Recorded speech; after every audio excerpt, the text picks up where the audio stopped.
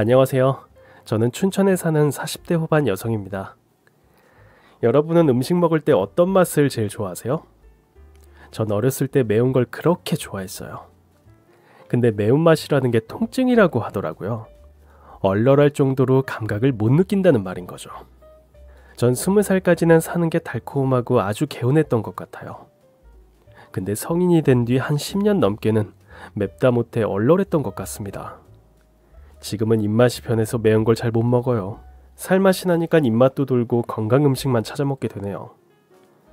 매운 걸 좋아했던 어릴 때 입맛은 우리 아빠를 닮은 거였어요. 김치도 맵게 담그라고 해서 김장김치도 항상 칼칼한 편이었죠. 자상했던 아빠는 엄마를 위해 순한 맛 김치는 따로 담그셨어요. 우리 집 요리사는 아빠였었거든요. 엄마는 어렸을 때 소아마비를 앓아서 몸이 불편하셨습니다. 그래도 성격은 엄마가 더 활달하고 농담도 잘하셨어요. 온갖 개그 프로는 다 보시고 성대모사도 잘하셨죠. 저도 그런 엄마를 조금 닮았고요. 해마다 김장철이 되면 아빠는 힘들 줄도 모르고 일을 하셨죠. 정주야, 아빠랑 김장 좀 하자. 올해 배추가 아주 실해. 또 1년 동안 김치만 주려고? 왜 이렇게 많이 해? 재료들은 다 어떻게 샀어? 어떻게 사긴, 아빠가 모은 돈으로 샀지. 그럴 돈 있으면 나 운동화나 사주지. 우리 딸, 새해 되면 운동화 꼭 사줄게. 조금만 기다려. 일단 아빠랑 김장부터 맛있게 하자. 전 어려서부터 김장을 도왔어요. 몸이 불편한 엄마는 앉아서 이걸 넣어라 저걸 넣어라 지휘했고, 아빠와 제가 서툴지만 열심히 김장을 했죠. 아빠는 환경미화원으로 우릴 먹여 살리셨고, 엄마는 가끔 동사무소에서 주는 소일거리를 하셨어요. 집안 형편이 솔직히 많이 안 좋았죠.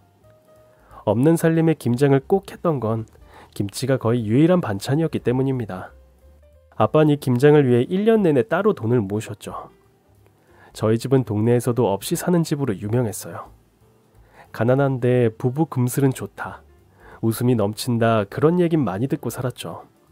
우리 집 가훈이 웃어야 산다였어요. 힘든 일이 있어도 가족이 모이면 웃을 수 있어야 한다는 거였죠. 많이 웃고 자라서 그런지 전 순한 얼굴에 낙천적인 성격을 갖게 됐어요. 학교 가면 인기가 많은 편이었죠. 남자애들하고도 잘 어울렸고요. 애들 앞에서 유명한 개그맨 흉내도 잘 냈는데, 이런 유머 감각 때문인지 학교에서 제일 잘생긴 애랑 사귀게 됐어요. 전 연애하면서 노는 애는 아니었는데 그 친구는 좀 특별하게 다가왔어요. 걔 이름이 형규였는데 하도 안 웃어서 얼음 왕자라는 별명이 있었죠.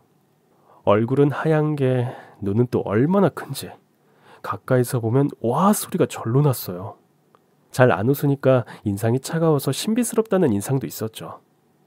형규와 고등학교 2학년 때 같은 반 옆자리에 앉게 됐고, 전 우연히 걔가 웃는 걸 보게 됐어요. 친구들 앞에서 유행어를 했는데 형규가 피식 웃더라고요.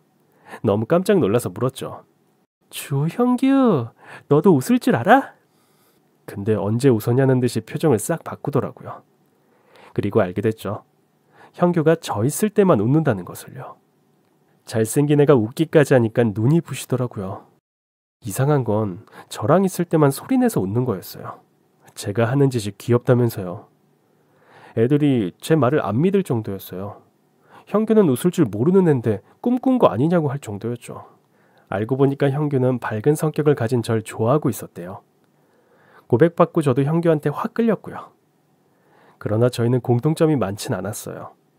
형규네 집은 사업하면서 굉장히 잘 사는 집이었고 돈도 많았죠. 저는 용돈도 없이 다녔는데 형규는 매번 데이트를 할 때마다 돈을 아끼지 않았어요. 선물도 학생치고는 꽤 고가의 것들을 하더라고요. 지갑, 운동화, 가방, 티 이런 걸 사주는데 나중엔 부담스러울 정도였죠. 밥을 같이 먹자더니 스테이크를 사준 적도 있었어요. 전 칼질도 잘 못하는데 형규는 능숙하더라고요. 제가 떡볶이나 먹자고 하면 자기가 먹고 싶어서 그런다면서 레스토랑에 데려가는 시기였어요. 그렇게 고 3이 됐고 전 가정 형편 때문에 대학에 못 가는 상황이 됐죠. 사립대학 등록금이 어마어마하더라고요. 서울대까지는 못 가고 그 밑에 대학은 노릴 수 있었는데 장학금 받을 생각하면 더 아래 대학을 지원해야 했어요. 근데 제 자존심이 허락하지 않더라고요. 결국 그 학교 못 가면 안 가겠다고 선언했고 친구들은 다 원서 쓸 때 전 그냥 놀았어요. 하루는 선생님께서 절 붙잡고 설득을 하셨죠. 정주야, 성적도 좋은데 원서 정말 안 쓸 거야? 대학 이렇게 포기해도 돼?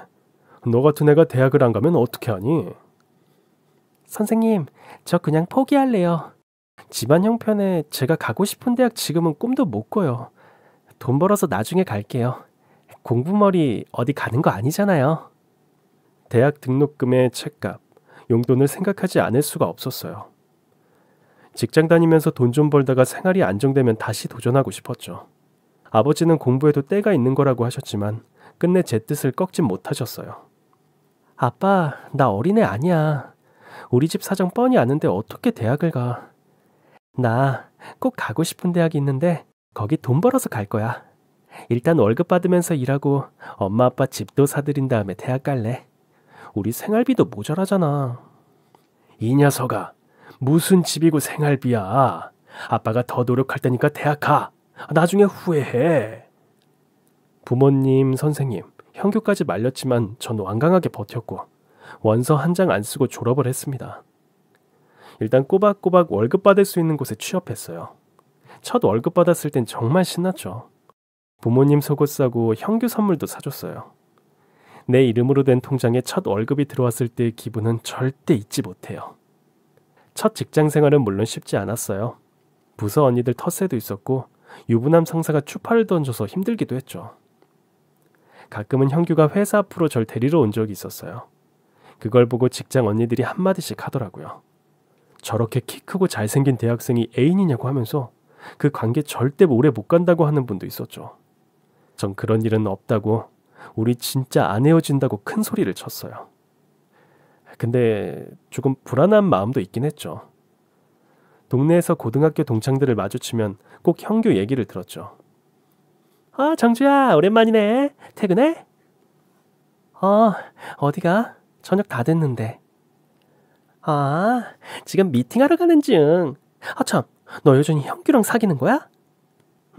계속 만나고 있어. 그래? 이상하다. 지난번에 형규 대학로에서 봤는데 여자애랑 다정하게 걷던데? 걔가 형규 팔짱도 끼고 보통 사이 아닌 것 같아서 난 너랑 헤어진 줄 알았지. 뭐? 그게 정말이야? 그런 얘기를 듣는 게 한두 번이 아니었어요. 결국 전 형규를 피하게 됐죠. 제 자신이 너무 초라하고 싫더라고요. 헤어지고 싶은데 말을 못하나 싶어서 그런 식으로 잠수 이별을 하려던 거였어요. 속상한 마음에 회사 앞에서 못 마시는 술을 마시는데 어떻게 알고 형규가 찾아왔어요. 형규야, 그냥 가. 너랑 나는 안 된대. 사람들이 다 그래. 우린 다른 게 너무 많잖아.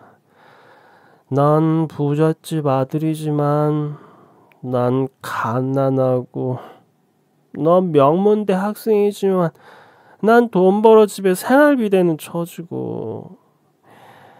너 별명이 얼음왕자였던 거 알지? 너랑 난 왕자와 시녀, 아니 왕과 무술이 이런 거야. 그러니까 우리 끝내자. 나도 지쳤어. 정주야, 그게 다 무슨 말이야? 연락도 없이 이런 데서 혼자 술 마시고. 도대체 이유가 뭔데? 일어나자, 빨리. 넌 가. 대학로에서 팔짱 끼고 돌아다니는 그 애한테 가라고. 여기 왜 온 건데? 나도 이별할 줄 알아. 쿨한 이별해주겠다는데 왜 안 가고 버티니? 그때 형규는 절 와락 안았고 자기한텐 저밖에 없다면서 울더라고요. 너무 깜짝 놀랐죠. 사귀면서 형규가 운 건 처음 봤거든요. 그날 밤 우린 함께 밤을 보내게 됐어요. 형규도 술을 마시게 됐고 둘 다 취해서 하룻밤 불장난을 벌인 거죠. 그리고 거짓말같이 전 임신이 되고 말았습니다. 형규에게 임신 사실을 알린 날, 당황한 형규 얼굴 보면서 우린 정말 끝났구나 했죠. 둘 다 20살, 너무 어렸어요. 결혼도 10년 뒤에나 하자고 했던 우린데 덜컥 애부터 가졌으니 큰일이 난 거였죠. 근데 형규 반응은 제 예상과 너무 달랐어요. 제 손을 꼭 잡으면서 고맙다고 하는 거였습니다. 고마워? 뭐가 고마워? 우리 큰일 났어. 이제야 진짜 내 가족이 생긴 것 같아. 정주야, 난 기뻐. 진심이야. 너 제정신이야? 우리 고작 20살밖에 안 됐다고. 그리고 새로운 사실을 알게 됐습니다. 형규는 오랫동안 바란 게 있었대요. 실은 지금 같이 살고 있는 엄마가 계모라는 것도 이때 알게 됐죠. 형규가 초등학생 때 엄마가 병으로 돌아가셨고 아버지마저 중학교 때 세상을 떠난 거였어요. 지금 같이 사는 엄마는 새엄마고 동생들도 새엄마가 데려온 피 한 방울 안 섞인 애들이라는 거였죠. 나 중학교 때 아빠 돌아가신 이후로 한 번도 정이란 거 느껴본 적 없어. 웃을 일도 없고 하루하루가 괴로웠는데 학교에서 널 보면 그냥 웃음이 나왔어. 네가 개그 칠 때마다 웃었던 거 사실 나도 놀랐어. 귀여운 얼굴로 천연덕스럽게 개그를 하는데 그 순간만큼은 정말 좋더라. 정주야, 난 네가 정말 좋아. 우리 아기 생긴 것도 진심으로. 기뻐. 믿어줘. 알고 보니 형규는 아버지가 돌아가신 이후 계모 밑에서 학대를 받았던 거였어요. 너무 힘들고 괴로워서 웃음을 잃었던 거였어요. 형규야, 난 몰랐어. 그동안 왜 말 안 했어? 다 털어놓고 나한테라도 기대지. 너 진짜 바보구나. 그러니까 정주야, 헤어지자는 말 하지 마. 나 너 없으면 안 돼. 형규가 어루망자가 된 건 가정 환경 때문이었어요. 새엄마는 형규가 어리다는 이유로 집안 재산을 다 가로챘고 온갖 서름을 다 당한 것 같았어요. 굶는 건 예산일이었고 날마다 계모의 욕과 막말로 힘들었다는 거였죠. 고작 중3이었던 형규는 아버지마저 잃은 충격이 1차로 컸고 새엄마와 동생들의 구박과 학대에 2차로 큰 충격을 받았다고 했어요. 당시 미성년자인 형규가 할 수 있는 건 별로 없었다는 거였죠. 그래도 형규가 버틸 수 있었던 건 부모님이 살아계셨을 때 줬던 사랑 때문이라고 했습니다. 그걸 고스란히 기억하고 있었고 계모의 행동이 잘못된 거라는 걸 알아서 자기까지 엇나가고 싶지 않았대요. 그러다 저와 사귀게 됐고 함께 했으면 편하고 행복해서 너무 좋았대요. 사실 너랑 만나서 먹으러 갔던 거 전부 다 우리 부모님과 외식했던 데였어. 넌 비싸다고 부담스럽다고 했지만 너랑 같이 갈 수 있어서 내가 얼마나 좋았는 줄 알아? 이제 아기 태어나면 셋이 같이 가자. 고마워 정주야. 동갑내기 형규는 아기의 존재를 알게 된 그 순간부터 무척 믿음직스럽게 행동했어요. 저흰 서로를 더 믿고 사랑하게 됐고 아기는 뱃속에서 건강하게 자라줬죠. 문제는 돈이었습니다. 회사엔 입덧이 심해지면서 더는 못 가게 됐어요. 회사 언니들이 제가 헛구역질하는 걸 보고 눈치를 채더라고요. 어느 날 형규는 저한테 폭탄 선언을 했어요. 아기를 위해서 용기를 내봐야겠다고 하면서 절 어디로 데려갔죠. 그곳은 형규가 새엄마와 살던 집이었어요. 아기 생각해서 해볼 수 있는 건 다 해봐야지. 우리 아버지 집, 재산, 땅 모두 새엄마가 가져갔어. 그거 조금이라도 줄 수 없는지 말해보려고. 나 분명히 기억해. 성인 되면 나한테 일부 돌려주겠다고 약속했던 거. 자기도 사람이면 죽으면 양심의 가책이 있겠지. 전 형규만 믿고 그 집으로 들어갔어요. 정원부터 대단했습니다. 넓은 정원, 꽃과 잔디, 각종 나무들이 너무 근사했어요. 세련된 집안 내부도 절 주눅들게 하더라고요. 거기서 전 형규를 괴롭힌 새엄마와 만나게 됐죠. 동화에 나오는 마녀처럼 화려한 인상에 성형을 얼마나 했는지 얼굴이 터져나갈 것 같았죠. 보기만 해도 등에 땀이 나더라고요. 화려한 외모와 달리 저와 형규를 대하는 건 야박하기 짝이 없었습니다. 첫 마디부터 이랬어요. 너 여기가 어디라고 여자애를 데려와? 내가 소문을 듣긴 들었다. 어디 찢어지게 가난한 집애랑 사귄다더니 얘야? 말 조심하세요. 제가 결혼할 여자한테 그런 말씀을 하시면 어떡해요? 결혼이 장난이니? 마음대로 해. 하든지 말든지. 결혼하고 여자랑 살림 차릴 거면 여긴 왜 왔어? 형규는 말없이 애기 초음파 사진을 꺼내서 보여드렸어요. 애기 심장 소리도 들려드리고요. 형규는 자기 이제 20살이고 결혼도 하려고 하니까 아버지 재산 받고 싶다고 돌려달라고 당당하게 말했죠. 그런데 새엄마라는 여자는 엄청나게 화를 냈어요. 건방진 녀석. 대바라지고 발랑 까졌어 아주.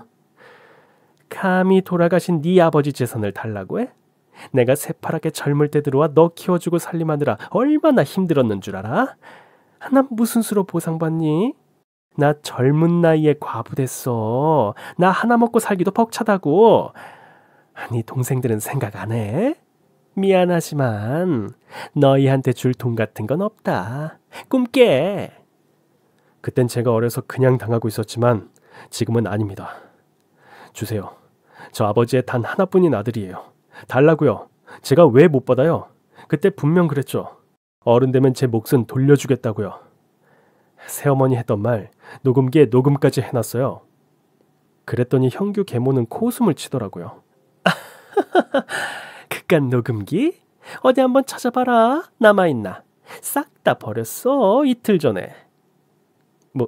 뭐라고요? 싹 다 버렸다고. 너 녹음기에다 이상한 거 잔뜩 녹음해놨더라. 내가 새엄마로서 너를 혼낼 수도 있지. 그걸 다 녹음해놔? 어디다 쓰려고? 그리고 넌 아버지 재산 받을 자격도 없어. 대학생이면 학교나 열심히 다닐 것이지.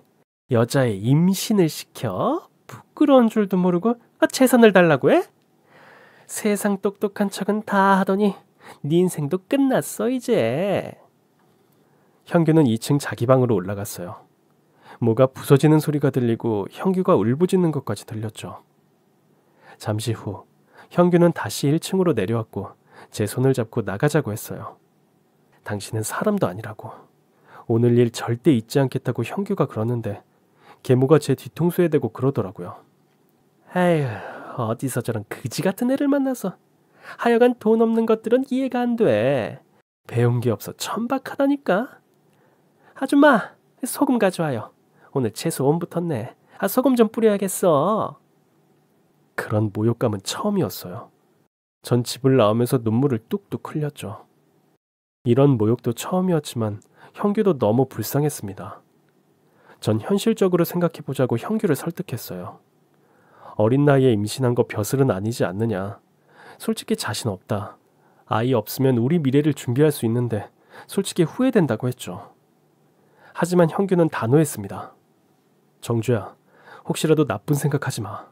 아기가 다 들어. 우리 아기 낳자. 낳아서 예쁘게 키우자. 우리 아직 젊잖아. 나 너랑 아기 위해서라면 무슨 일이든 할 수 있을 것 같아. 정말 형규는 대학을 포기하고 돈을 벌기 시작했어요. 닥치는 대로 일용직부터 중국집 배달, 청소 아르바이트까지 가리지 않고 하더라고요. 1년이 지나 예쁜 아들을 낳게 됐습니다. 이름은 태민이로 지었어요. 아기만 보면 안 먹어도 배가 불렀죠. 저흰 그 사이 혼인신고도 하고 법적인 부부가 됐죠. 사진관에서 예쁘게 사진도 한 장 찍었어요. 남편은 일당이 센 막노동에 나섰고 전 집에서 부업을 쉬지 않고 했어요. 아들 태민이를 위해 못할 게 없었죠. 20살, 어린 엄마 아빠는 아기를 낳고 슈퍼맨, 슈퍼우먼이 된 것 같았어요. 태민이가 세상에 나온 후 3년 동안은 가난해도 많이 웃고 행복할 수 있었어요. 그런데 저희 집에 큰 불행이 닥쳤습니다. 상상도 못한 일이었어요. 전 태민이를 업고 장을 보러 갔다가 한 통의 전화를 받게 됐어요. 분명 남편의 전화였는데 모르는 남자 목소리였어요. 누구세요? 죄송합니다. 형규 지금 응급실에 있어요. 네? 응급실이라뇨? 왜요? 아저씨, 거기 어딘데요? 우리 남편 다쳤어요? 왜요? 미친 듯이 응급실로 달려갔지만 형규와 눈을 마주칠 수도 대화를 나눌 수도 없었습니다. 공사장에서 막일을 하던 제 남편은 커다란 기계가 떨어지는 사고를 당했고 그 자리에서 숨을 거둔 거였어요. 말도 안 돼요. 오늘 아침까지 살아있었잖아요. 이럴 리가 없어요, 의사 선생님. 우리 태민 아빠 살려주세요. 제발요. 새벽에 집을 나설 때 저와 태민이를 안아주고 뽀뽀까지 해준 남편이 오후도 안 됐는데 숨지다니 믿을 수가 없었어요. 전 하얀 시트로 덮인 남편을 붙잡고 오열했습니다. 그 뒤에 벌어진 일은 더 끔찍했어요. 남편을 잃은 충격도 큰데 작업 반장과 회사 관계자들은 사고를 덮기만 급급했죠. 다들 입을 맞춰서 사고 보상금도 받지 못했어요. 3일치 일당이라고 주는데 기가 막혔습니다. 친정 부모님도 큰 충격을 받으셨고요. 새엄마한테 이 소식을 알렸지만 장례식장에 그들은 코빼기도 안 비췄죠. 형규를 그렇게 잃고 며칠은 제정신이 아니었어요. 쓸쓸한 장례식을 치르고 얼이 빠져 있는데 아빠마저 쓰러지셨어요. 한마디로 슬퍼할 시간도 없었어요. 저 혼자 아빠 병원비와 생활비, 집세를 감당하기가 너무 힘들었습니다. 어쩔 수 없이 아기를 업고 시어머니한테 갔습니다. 전 울면서 빌었어요. 남편이 그렇게 가버리고 태민이랑 살 길이 막막하다고 조금만 도와달라고요. 남편이 불쌍하지도 않냐고 호소했지만 돌아오는 건 한심하다는 눈빛, 차가운 말뿐이었어요. 그러면서 저한테 집을 치우고 가라고 하는 거였죠. 오늘 우리 도우미 아줌마가 일이 있어서 못 나왔거든? 1층, 2층 화장실 4개랑 주방 청소 싹 해놓고 거실도 먼지 한 톨 없이 청소해놔. 너 일하는 거 보고 돈 줄지 말지 정할 테니까 요령 부리지 말고 제대로 해. 전 마지막 희망을 걸고 열심히 청소를 했어요. 애가 울면 업었다가 괜찮으면 내려놓고 재우면서 한나절을 꼬박 일했던 것 같아요. 해가 질 때쯤 일이 끝났고 전 남편 새엄마한테 갔습니다. 일 다 끝났는데요. 그래, 가봐. 네? 그냥 가라고요? 못 들었어? 우리 외식할 거니까 가보라고. 아니, 저 어머니 돈 주셔야죠. 돈은 무슨, 몇 년이지만 형규 내가 먹이고 입혀서 키웠다. 너랑 만나서 그렇게 되지만 않았어도 싫든 좋든 나한테 엄마 소리 하면서 살았을 애야. 아휴, 넌 남편 잡아먹고도 어떻게 그렇게 뻔뻔할 수가 있니? 하여간 없는 것들은 저렇게 교양이 없어. 아, 꼴 보기 싫으니까 얼른 가라. 그분은 저한테 10,000원짜리 2장을 던져줬어요. 비참하기가 이루 말할 수가 없었습니다. 전 눈물을 삼키면서 그 20,000원을 주워 주머니에 잘 넣었죠. 나오면서 다시는 이 집에 발을 들이지 않겠다 이를 갈며 다짐했어요. 얼마 뒤 친정 아버지가 돌아가셨고 남편이 그랬던 것처럼 아버지도 쓸쓸하게 세상을 떠나셨죠. 딸이 공무원 되는 모습, 대학 가는 모습도 못 보여드리고 너무 한이 맺혔어요. 가슴에 피멍이 드는 것 같았죠. 장례를 끝내고 전 당장 일을 하러 나섰습니다. 어린 아들과 몸이 불편한 친정 엄마를 위해서 뭐라도 해야 했어요. 그러다 장사가 잘 되는 대박 맛집에서 고정으로 일하게 됐습니다. 전 남들보다 더 긴 시간 일을 하면서 매니저 역할까지 하게 됐어요. 당연히 돈을 더 벌 수 있었죠. 그 식당은 신문, 방송에도 나오는 유명한 식당이라 매일같이 줄이 어마어마했어요. 고정 수입이 들어오니까 숨통이 트이더라고요. 집도 번듯한 방 2개짜리 전세로 옮기고 태민이도 커서 어린이집을 다니게 됐죠. 모든 게 잘 굴러가던 어느 날이었습니다. 전 식당에서 그분을 손님으로 보게 됐어요. 남편의 새엄마와 그 아들들이었습니다. 멀리서 그들을 본 순간 심장이 덜컹하고 내려앉았어요. 직감적으로 피해야겠다는 생각이 들었죠. 일부러 그쪽으론 가지도 않고 다른 데만 신경 쓰고 있었는데 하필 화장실 앞에서 딱 마주치고 말았습니다. 남편의 새엄마는 제 옷자락을 붙잡았어요. 야, 너 나 알지? 이게 어디서 날 피해? 그런다고 내가 널 못 알아볼 것 같아? 오셨으면 조용히 음식이나 드시고 가세요. 피차 반가운 인연은 아니잖아요. 여기 제 일터예요. 반말은 삼가해 주세요. 저도 그동안 당한 게 있었기 때문에 말이 곱게 안 나왔죠. 그랬더니 그 여자는 생트집을 잡기 시작했습니다. 고생을 바가지로 했나 보다. 너 되게 늙어 보여. 여기서 알바하는구나. 에휴, 하루 벌어먹고 사는 하루살이 인생 못 면했니? 꼴 좋다. 너 입에 풀칠은 하고 사니? 아휴, 구질구질한 인생. 풀칠을 하든 여칠을 하든 상관할 거 없잖아요. 이보세요. 나이 드셨으면 마음을 좀 곱게 쓰세요. 언제까지 사람 괴롭히면서 악담이 나면서 사실 건데요. 그리고 저 여기 매니저예요. 매장 책임자라고요. 함부로 사람 대하지 마세요. 그분의 악담에 말이 뾰족하게 나왔어요. 그랬더니 남편의 새엄만 난동을 부리기 시작했죠. 자리로 돌아가더니 반찬 그릇을 다 뒤집고 소리소리를 지르더라고요. 여기 매니저 누구야? 장사 엄청 더럽게 하네. 딱 보니까 반찬 재활용 같은 거 하나 보지? 고기에서도 냄새가 나고. 여기 책임자 다 나와. 비싼 돈 받고 이런 쓰레기 같은 음식을 팔아도 돼? 유명한 맛집이라고 해서 왔더니 순 사기꾼 집단 아니야. 직원들은 쩔쩔맸고 제가 나섰어요. 손님 진정하세요. 사장님 지금 자리에 안 계세요. 주방 한번 가보실래요? 저희 반찬 재활용 같은 거 절대 안 합니다. 깍두기도 감자조림도 다 오늘 한 거예요. 메인 음식도 그렇고요. 그걸 누가 믿어? 여기 안 되겠네. 내가 이 식당 고발할 거야. 뉴스에도 찌를 거고 맛집 좋아하네. 유명세만 믿고 이렇게 대충 장사해서 먹고 살 수 있겠어? 왜 이러세요? 직원들이 얼마나 열심히 일하는데 그런 누명을 씌우시면 어떡해요? 개인적인 감정은 저한테 풀어야지. 왜 식당을 난장판으로 만들어요? 나가세요. 나가시라고요. 남편 새엄마를 쫓아내는 데는 성공했지만 그들의 모함은 계속돼서 결국 전 매니저 자리에서 해고되고 말았어요. 그들은 이 식당이 더럽고 양심이 없다면서 없는 소문을 만들어냈고 한동안 매출이 떨어지게 됐죠. 전 모든 사태에 책임을 지겠다고 하고 그 식당을 나온 거였어요. 이제 먹고 살만해졌는데 또 나타나 회방을 놓은 거였죠. 전 그들이 식당에서 나갈 때 했던 말을 평생 잊을 수 없을 것 같아요. 감히 우릴 쫓아내? 니까지 깨? 애는 잘 크고 있니? 안 봐도 뻔하지 뭐. 걔도 네 엄마처럼 몸이 불편하게 태어난 건 아니고? 암튼 너만 만나면 난 하루 종일 재수가 없더라. 앞으로 내가 어떻게 하나 두고 봐. 이 식당 망하게 할 거니까 두고 보라고. 가슴에 비수가 꽂혔죠.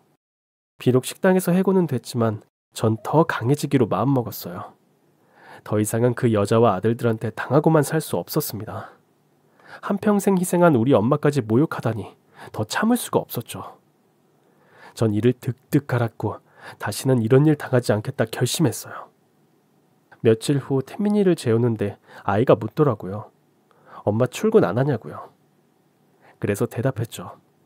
엄마 열심히 돈 모아서 멋진 식당 열 거라고요. 그랬더니 태민이가 한박 웃음을 지으면서 제 볼에 뽀뽀를 해주면서 이렇게 얘기했어요.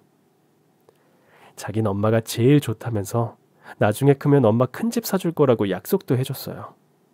아빠 없이 크는 것도 짠한데 투정 한번 안 부리는 그 어린 것이 얼마나 기특하고 짠하던지 모릅니다. 태민이가 잠든 후 전 조용히 눈물을 흘렸어요. 하지만 이게 마지막 눈물이다 다짐했죠. 어떻게든 성공해서 남편의 새엄마, 그 동생들에게 복수를 하자는 그런 생각이 들더라고요. 제가 여기서 약해지고 무너지면 우리 태민이까지 불행해질 것 같았어요. 그 뒤부턴 절대 울지 않았습니다. 대신 두 팔 걷어붙이고 열심히 살았어요.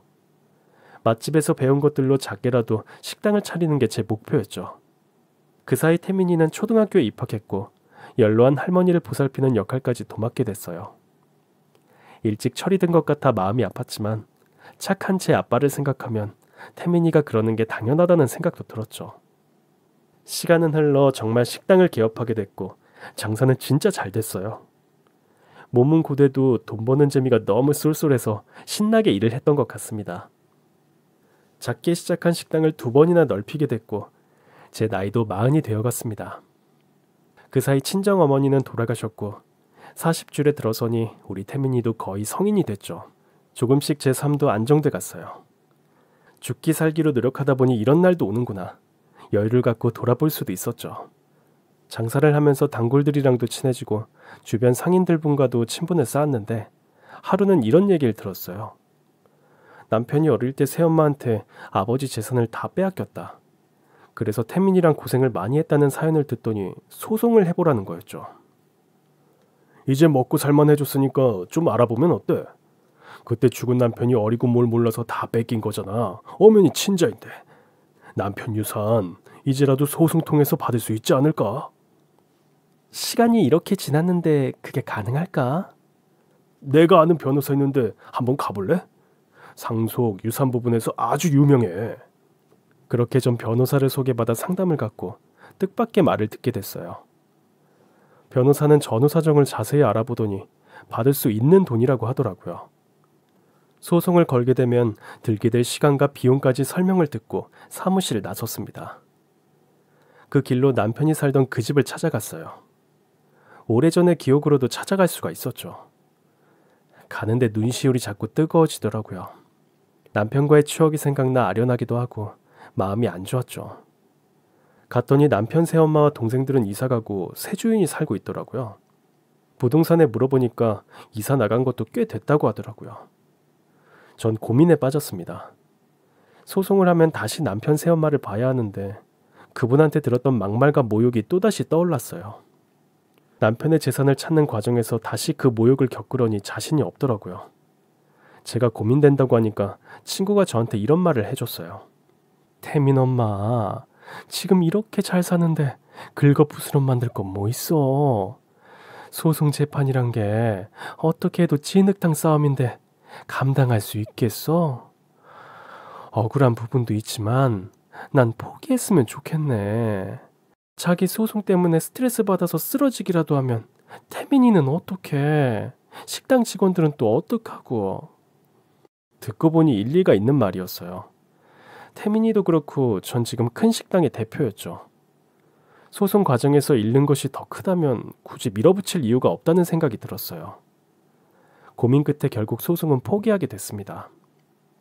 남편이 살아있다면 모를까 저 혼자 소송을 진행하는 게 버겁게 느껴졌어요. 태민이한테 이 얘기를 했더니 아들은 잘했다면서 제 등을 두드려 주더라고요. 잘 생각했어. 엄만 건강한 게 최고야. 그 사람들 되도록 안 보고 사는 게 나을 것 같아. 엄마가 이렇게 고민하는 것만 봐도 알겠어. 그냥 잊고 지금처럼 살자. 그렇지. 돈도 돈이지만 마음 편한 게 제일이지? 느낌인데 아빠도 크게 바라진 않을 것 같아. 잘 생각했어, 엄마. 힘든 일에 절 위로도 하고 격려도 해줄 만큼 아들 태민이는 훌륭한 청년으로 자랐어요. 아들은 20살이 되자마자 특전사에 입대했고 훈련도 잘 마치고 나왔죠. 사실 태민이는 대학에 가는 걸 고민하고 있었어요. 고등학교 때 진로를 정하면서 태민이는 엄청 고민하더라고요. 자기가 하고 싶은 게 뭔지 확실히 모르겠다고 해서 시간을 더 가져보라고 했죠. 아들은 군대부터 다녀오겠다고 했고 특전사로 갔어요. 아들을 군대 보내고 참 허전했죠. 그렇지만 자기 소신대로 살겠다는 태민이가 기특했어요. 다행히 이젠 경제력이 돼서 태민이 대학 보낼 돈은 다 준비해놨기 때문에 조바심도 없었습니다.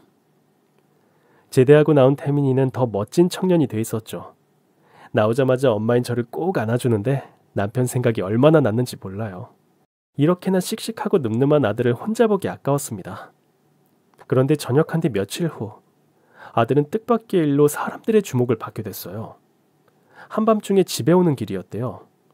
술도 깰 겸 한강 다리를 걸어서 건너는데 취객이 비틀거리더니 글쎄 다리 위로 몸을 날리려고 했다는 겁니다.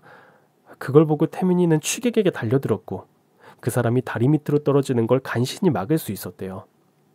그 장면이 지나가던 차의 블랙박스에 찍혔고 그게 온라인상에 공개돼 버린 거였죠.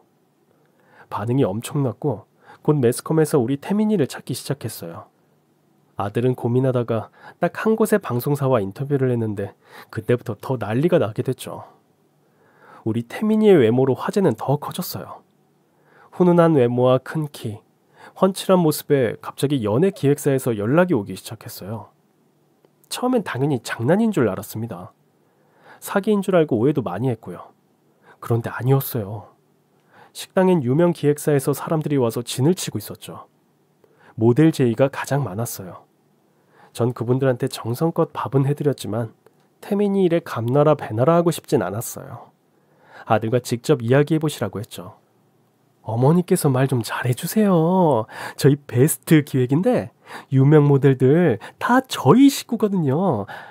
태민군 그런 얼굴이랑 분위기 정말 흔치 않아요. 여기 명함에 제 폰번호 보이시죠? 꼭 좀 전해주세요. 아이, 김 팀장 이러기야? 내가 먼저 얘기하고 있었다고. 어머님, 저희 홍기획입니다. 아드님 지금 어디 있어요? 여기 명함 드릴 테니까 잘 부탁드립니다. 아유, 여기 음식 맛이 진짜 끝내주는데요. 회사 사람들이랑 똘게요. 네, 아들한테 꼭 전할게요. 고맙습니다. 전 진지하게 아들한테 물어봤죠. 혹시 연예계 생활 해볼 생각 없냐고요. 하고 싶으면 하라고 밀어주겠다고 했더니 아들이 씩 웃으면서 해봐도 되냐고 묻더라고요. 제 딴엔 공부하겠다고 해놓고 연예계로 틀려니 좀 민망했던 모양입니다. 전 아들한테 받은 명함들을 다 줬어요. 전 잘 알아보고 믿을 만한 곳에 연락해보라고 했죠. 그 뒤에 아들은 취직을 구한 일로 표창장을 받게 됐고 유명 기획사에 스카우트 돼서 들어갔어요. 태민이는 모델로 데뷔해 국내에서 인기를 휩쓸더니 해외에서도 유명 스타가 됐습니다. 이후에 배우 활동까지 하게 됐는데 출연하는 영화 2편이 연달아 히트를 치게 되면서 완전히 대박이 났죠. 태민이의 성공으로 제 생활에도 변화가 있었어요. 엄청난 돈을 벌게 된 아들은 저한테 가장 먼저 집부터 사주더라고요. 저는 식당에만 투자할 줄 알았지 낡은 아파트에 살고 있었거든요. 방들이 큼직해서 살만했는데 태민이가 절 설득하더라고요. 어렸을 때 엄마 좋은 집 사주겠다고 약속한 거 잊었냐면서 이사하시라고 몇 번을 그러는 거였어요. 태민이가 사준 집은 정말 감동이었습니다. 넓고 크고 가구까지 좋은 걸로 장만해줬더라고요. 먼저 세상 떠난 남편이 참 야속했어요. 이런 날도 오는데 뭐가 그리 급해서 일찍도 갔는지 많이 그립더라고요. 엄마, 아빠 생각하는 거지? 사실 나 가끔 아버지 꿈꿔. 목마도 태워주시고 같이 등산도 가고. 그런 꿈 꾸고 나면 꼭 좋은 일이 하나씩 생긴다? 그랬어? 어쩌면 하늘에서 태민 아빠가 우릴 지켜주고 있는지도 몰랐죠. 아들은 번 돈을 차곡차곡 모아서 젊은 나이에 엄청난 재산을 갖게 됐어요.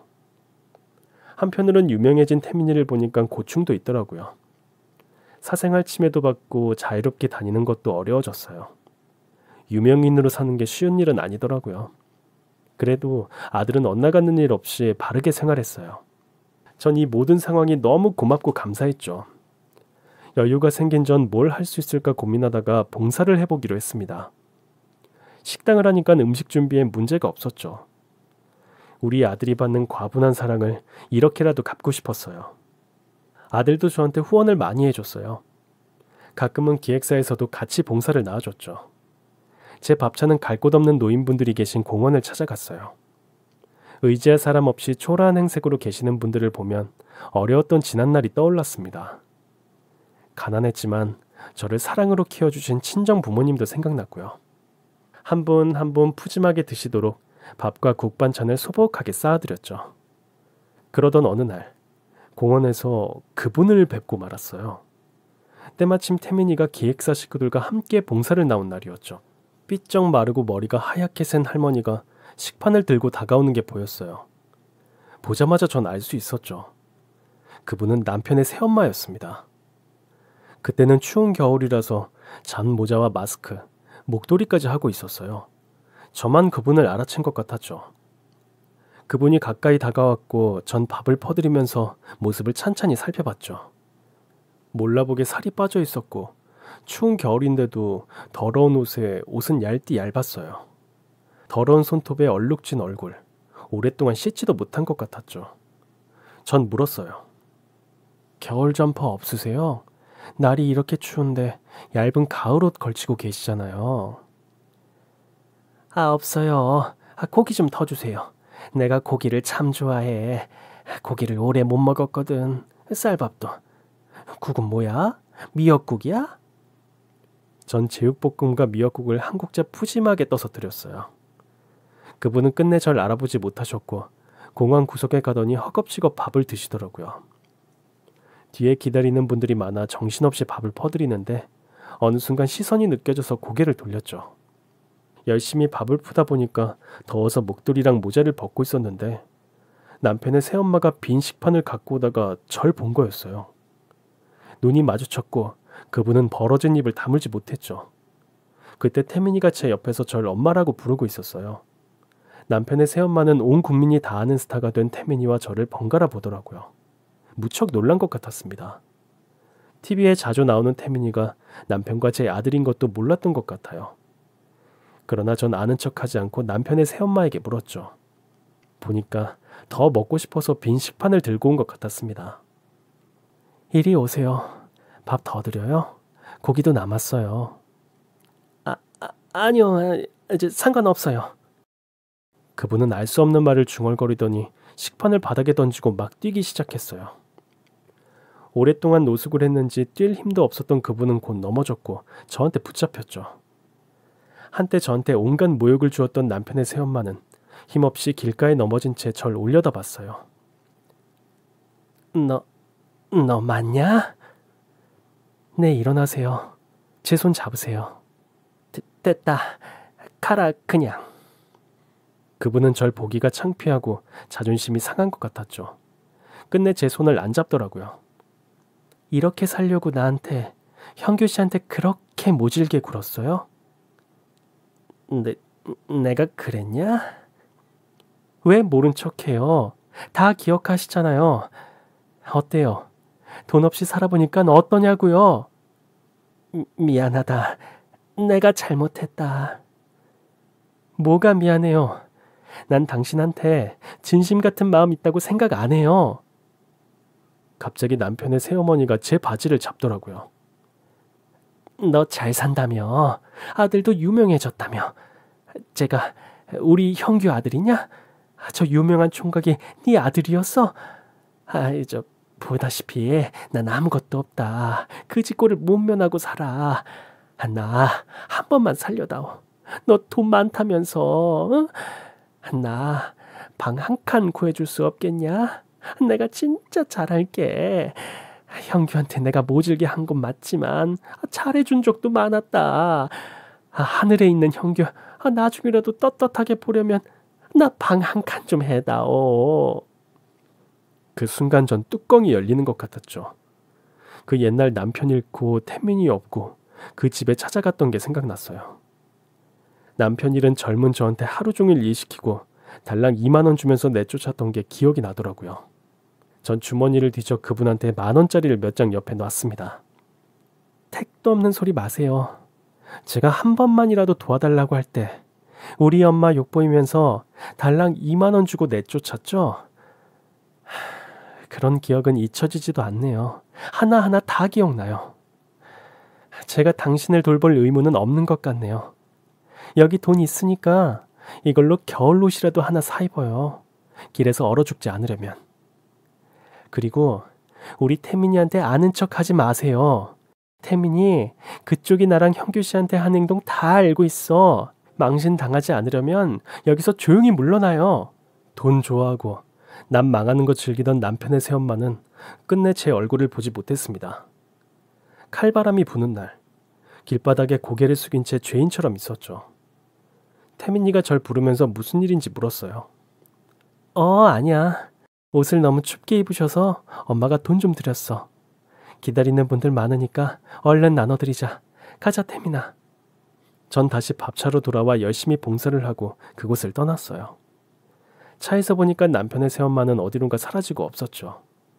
미성년자였던 남편의 재산까지 다 가로채고 떵떵거리며 살던 남편의 새엄마는 비참한 노후를 보내고 있었습니다. 타인에게 모질게 군 결말은 이런 것이었나 씁쓸하기도 했어요. 말년의 시어머니를 보니 인생이 불쌍하다는 생각이 들었습니다. 들리는 소문으로 그분의 노후는 비참할 수밖에 없더라고요. 자식 농사도 다 망치고 뿔뿔이 흩어져서 살고 있대요. 돈만 밝히던 시어머니는 자식들과 며느리한테 거의 내쫓긴 거나 다름없었습니다. 아들들도 도박, 사기 같은 걸로 인생 종쳤다고 하더라고요. 그렇게 돈 하고 사람 귀한 줄 모르더니 자신들 인생도 나락으로 처박고 말았네요. 며칠 전 저와 태민이는 남편 기일을 맞아 납골당을 찾아갔어요. 태민이는 영화 촬영 중에 시간을 낸 거였죠. 바쁜 아들을 먼저 보내고 전 한참 동안 거기 있었어요. 여보, 아니 형규야, 이렇게 부르니까 우리 17살 때 생각나네. 이제 우리 아들 태민이가 벌써 27이 됐어. 하늘에서 보고 있지? 얼마나 멋지게 자랐는지 몰라. 당신이 그때 그랬지. 소중한 생명 꼭 낳아서 예쁘게 키우자고. 나 그 약속 지켰다? 우리 태민이 앞으로도 잘 돌봐줘. 난 숙제 다 마치고 갈게. 그 뒤 1년쯤 지나 남편의 새어머니, 노숙자로 근근히 살아가던 그분의 소식을 듣게 됐어요. 밖에서 지내다 병이 들었고 노숙자 쉼터에서 홀로 외롭게 돌아가셨다는 얘기였습니다. 참 불쌍한 인생이었어요. 전 아픈 기억 다 잊고 지금 열심히 살고 있어요. 식당도 잘 되고 있고 태민이도 배우 모델 활동하면서 승승장구하고 있죠. 인생에 다양한 맛이 있다면 전 그걸 골고루 맛보고 싶어요. 한때 너무 힘들어서 삶 자체가 고통이었을 때도 있었지만 지금은 아닙니다. 확실한 건 가족과 함께 열심히 살다 보면 꼭 좋은 날이 올 거라는 거예요. 여러분도 혹시 지금 힘드신 분이 계시다면 용기 내셨으면 좋겠습니다. 감사합니다.